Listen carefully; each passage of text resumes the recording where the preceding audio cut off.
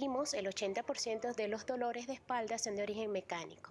Puedes identificar una persona que hizo mucho ejercicio de manera inapropiada o al otro extremo, el ama de casa o la persona que trabajó 8 horas sentada en un escritorio, persona con obesidad y posterior a eso presenta dolor de espalda de manera brusca. Ese paciente es lo que clásicamente se llama el lumbago. Esta persona de manera aguda nota que cada vez que quiere hacer un esfuerzo aparece el dolor de espalda y mejora con el reposo.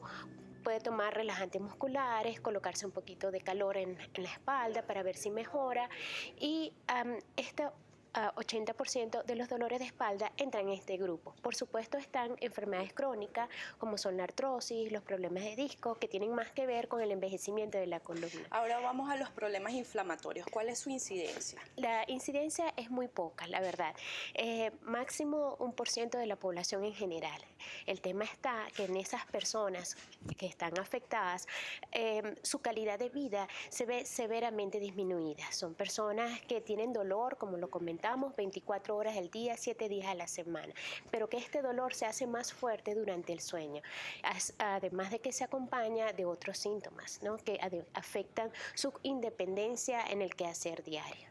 ¿Estos dolores pueden durar cuánto tiempo, por ejemplo? ¿Cuándo sentir alarma por un dolor de espalda?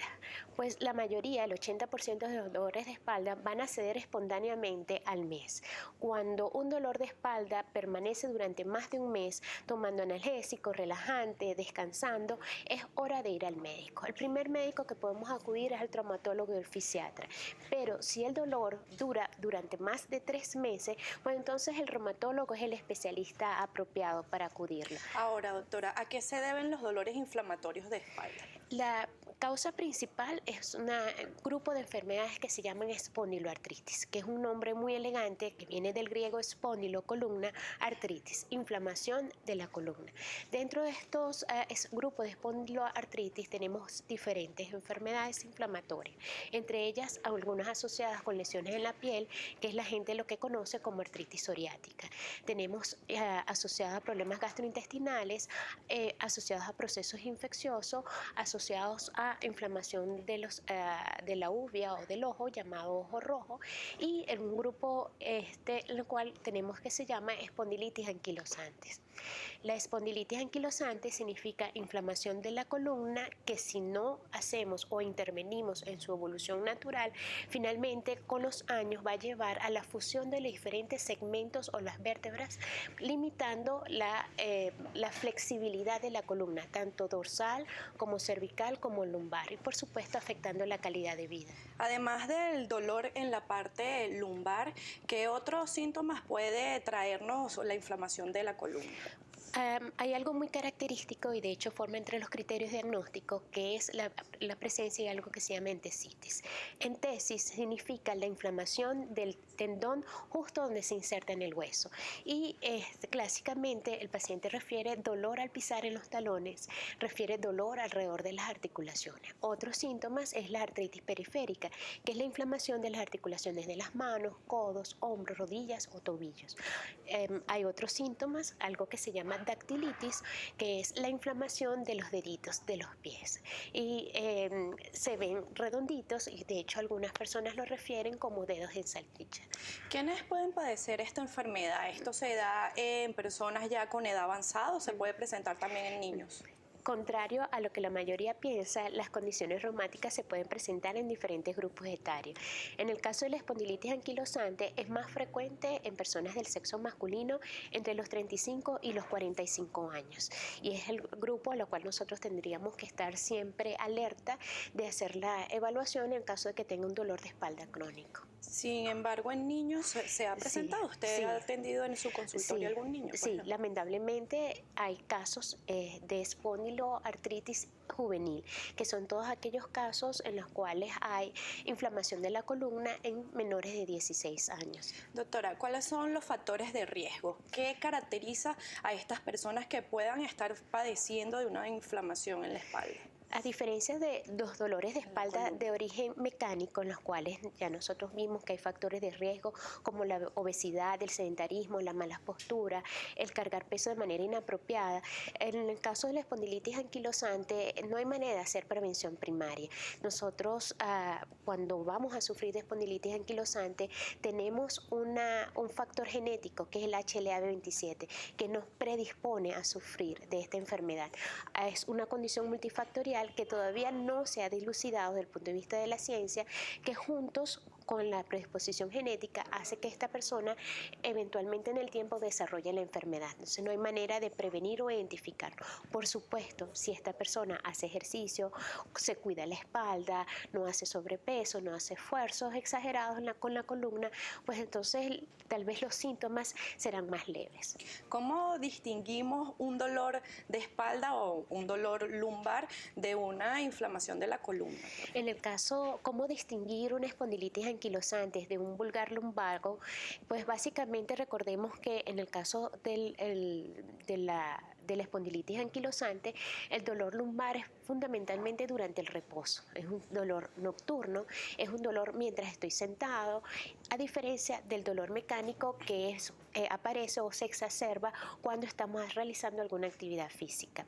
Tenemos en el caso de las lumbalgias mecánicas, pues mejoran a los pocos días utilizando relajantes musculares, analgésicos antiinflamatorios no esteroideos conocidos como AINES, en tanto que el paciente con espondilitis anquilosante debe tomar tratamiento de manera continua para los dolores porque lo que lo suspende vuelve a aparecer, porque en definitiva no es el tratamiento definitivo para ello. ¿Estos tratamientos o estos medicamentos se encuentran en el mercado nacional? Sí, y eso es es parte del mensaje, ¿no? Muchas veces cuando a los pacientes se les hace un diagnóstico de una condición reumática, tienen esta tendencia a creer que no hay nada que hacer, ¿no? Simplemente acostúmbrate a vivir con el dolor, forma parte de tu estilo de vida y se quedan en la casa. Lo más importante es hacer el diagnóstico oportuno y colocar el tratamiento apropiado.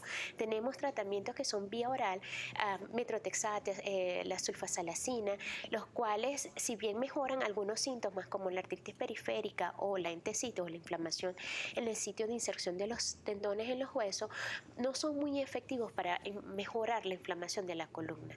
Existen algunos medicamentos que se llaman terapias biológicas, los cuales han marcado una diferencia a nivel mundial para lo que es la evolución de esta enfermedad. Doctora, y justamente al regresar de la pausa vamos a hablar sobre el diagnóstico de la inflamación de columna. Ya venimos.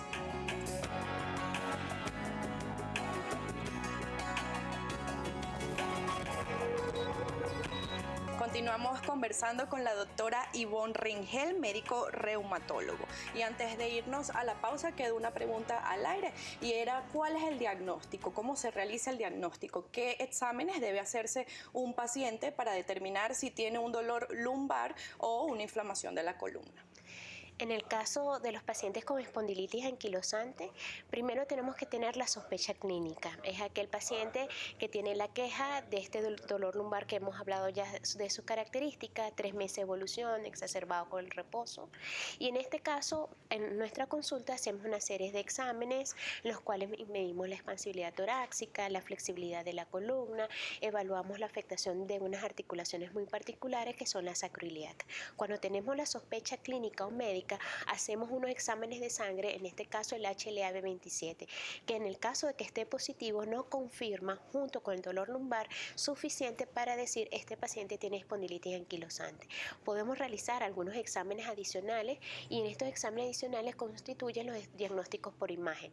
Tenemos las radiografías de la sacroiliaca y de la columna lumbar y más temprano aún porque cuando hacemos la radiografía y aparecen en hallazgo, estamos hablando de un paciente que tiene 1, 2, 3, hasta 4 o 5 años sufriendo de la enfermedad y ya tiene cambios crónicos que no podemos modificar. Y es por eso que ahora nos estamos apoyando en el diagnóstico con la resonancia. La resonancia de sacroiliaca tradicionalmente con una técnica que se llama supresión grasa, que nos va a permitir ver la inflamación de las articulaciones. Y de un tiempo para acá estamos realizando algo que se llama protocolo espondiloartritis, que es una resonancia instancia de un protocolo abreviado donde evaluamos toda la columna, cervical, dorsal, lumbar y la articulación sacroiliaca.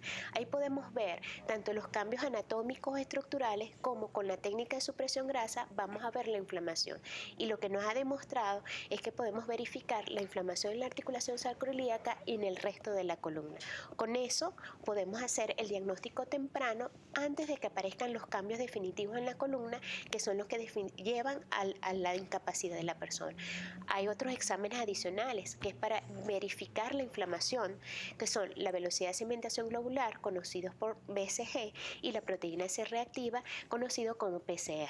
Hacemos el perfil reumático para descartar otras patologías. ¿Cuándo debe acudir una persona que tenga dolor en la espalda al especialista y a qué especialista? El reumatólogo es el médico especialista que está entrenado específicamente para hacer este tipo de diagnóstico.